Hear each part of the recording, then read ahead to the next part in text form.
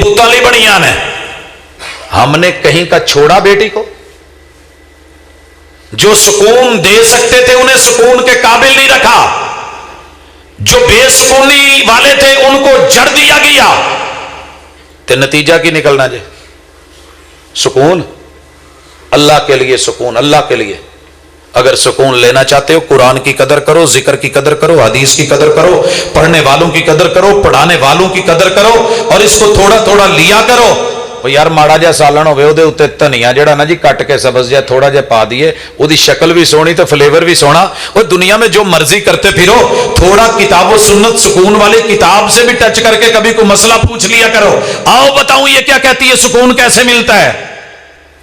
बंदा बूढ़ी नो इंसान समझे तो बूढ़ी बंदे नो इंसान समझे तो मसले बनते ही नहीं जे बनते।